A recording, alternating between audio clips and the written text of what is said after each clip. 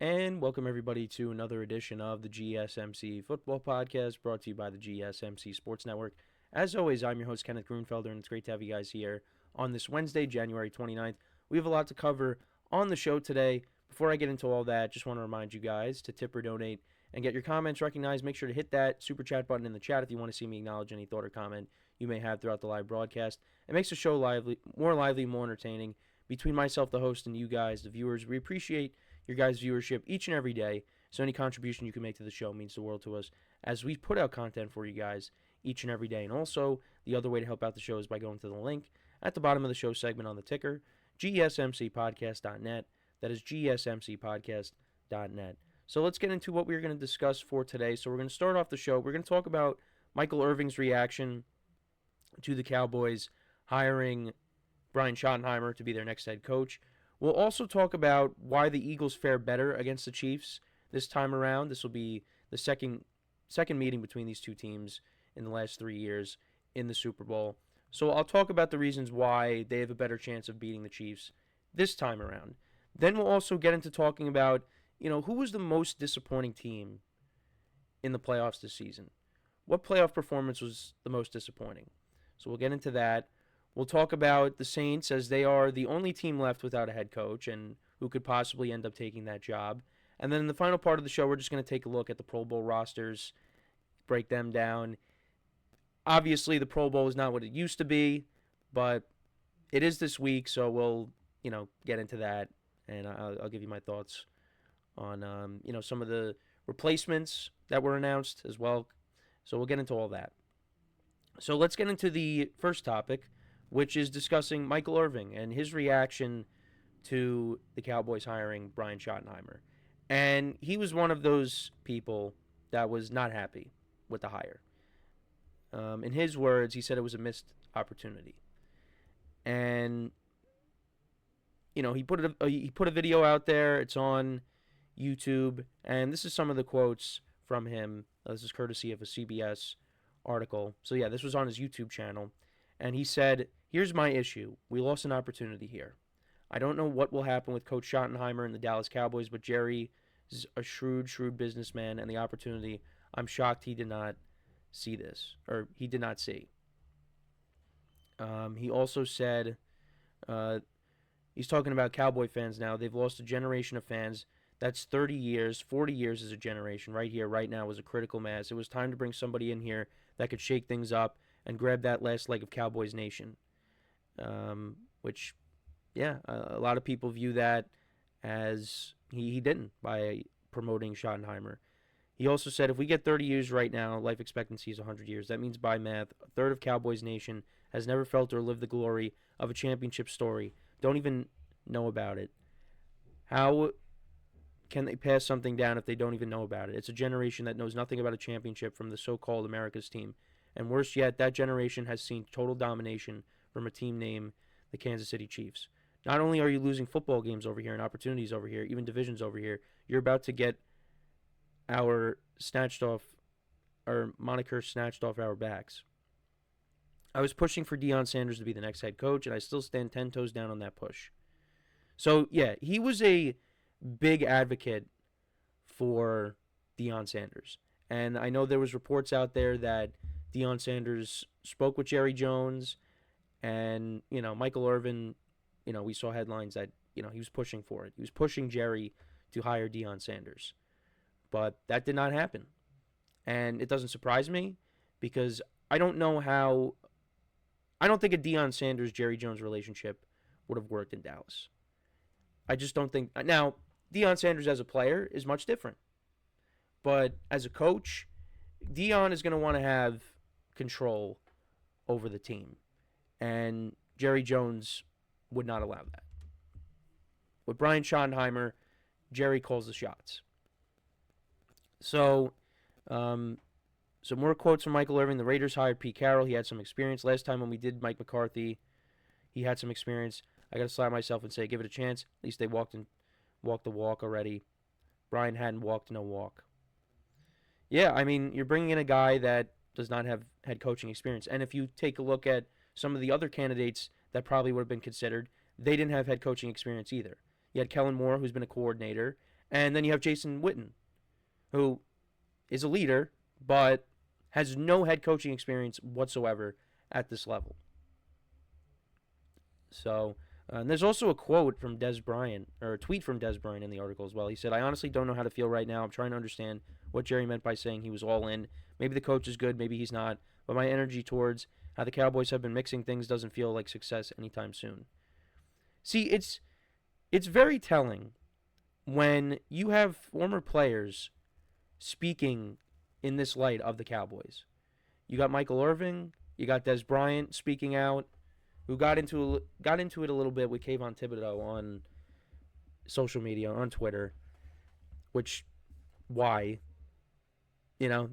Just meaningless beef. But anyways, you got those two guys speaking out. And let's not forget, when I talked about Troy Aikman and what he said, I think it was before the Rams-Vikings playoff game, how the head coaching job for the Cowboys may be not as coveted of a job as you may think. And what's the common denominator? It's Jerry Jones. Jerry Jones is not going to shake things up and bring in someone that is going to have a say. He's not. And he's proven that time and time again. Now, bringing in McCarthy had experience, but ultimately, McCarthy was kind of, begging for the job because, he was out of football for a year and he wanted the job. And we'll talk about McCarthy a little bit later in the show because he's going to be without a job once again, and we'll explain why. But Jerry was ultimately going to call the shots with McCarthy too. And it looked like they were going to bring Mike McCarthy back. And then all of a sudden, they couldn't agree on years, and that was it. So they just figured, we're going to promote Brian Schottenheimer. Dak Prescott is a fan of Schottenheimer. And in Jerry's world, everything is right. But for me, the Cowboys I'm with Michael Irvin. The Cowboys really need to shake things up and bring in someone that is going to be a difference maker. And you had a couple of options out there. But as long as Jerry Jones is in charge, nothing is going to change. Nothing's going to change. Because, listen, I was an advocate. I think every team at the top of their list should have been Pete Carroll and, when Belichick was still out there, Belichick. Those were the two guys that should be at the top of everybody's list. Now, I know some people think that Belichick lost his fastball. Pete Carroll obviously was out for the year. Didn't coach last year. But, if I'm a team that needs someone that can steer my team in the right direction, I'm going to take a chance. But other teams were willing to do that, like the Raiders, and obviously Belichick's in college now. But with Jerry Jones, it's not going to happen. Now, I don't think the Cowboys, it's too early to tell. They were disappointing this year. I thought they were going to be, how they've always been, a good regular season team. You make the playoffs and you get knocked out. So next year, we'll see what happens. But you'll have Dak Prescott healthy. CeeDee Lamb was banged up towards the end of the year. And they had guys on the defense get hurt. Guys were injured to start the year too. Right? They didn't get Deron Bland back till later in the year. And Deron Bland in 2023 was awesome with all those pick sixes. So, a healthy Cowboys team next year.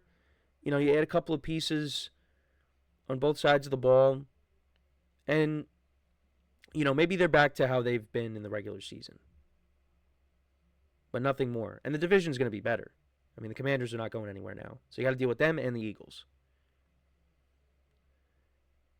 But I don't think the Cowboys are that far off from making it back to the playoffs. I don't. They could fall into a trap of being top-heavy because, their top guys are making a lot of money and that could strain them from making other moves. But also the other thing, too, is, in general, they just don't dip their toes in free agency.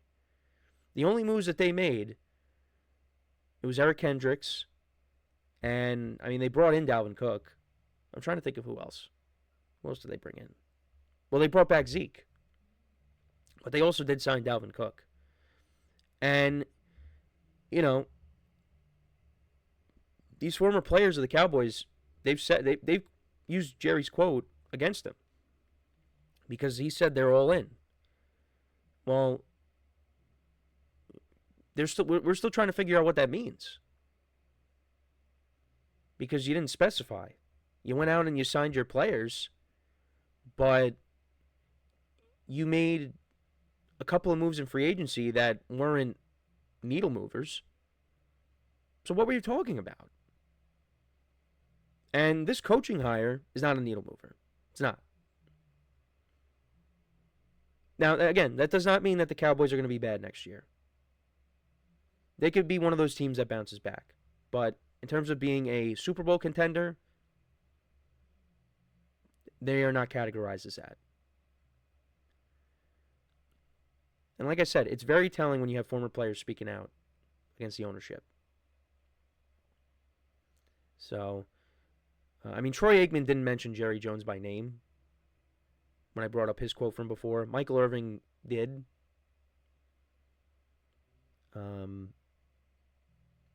Des Bryant did. They're taking direct shots at him. But he doesn't care. So, let me know what you guys think, though, about what Michael Irvin had to say, what Des Bryant had to say. What are some of your early predictions for the Cowboys next year? What do you think they have to do to improve this team? I mean, I think running back, maybe another weapon opposite of CeeDee Lamb, because Brandon Cooks is getting older. You could always add the defense. But let me know in the comments what you think. So we are going to take our first break of the show now, and then when we come back, we will talk about the Super Bowl again and why the Eagles can beat the Kansas City Chiefs in this Super Bowl, why they have a better chance of beating the Chiefs in this Super Bowl as opposed to the last time. So with that being said, stick around, and we'll be right back here on the GSMC Football Podcast.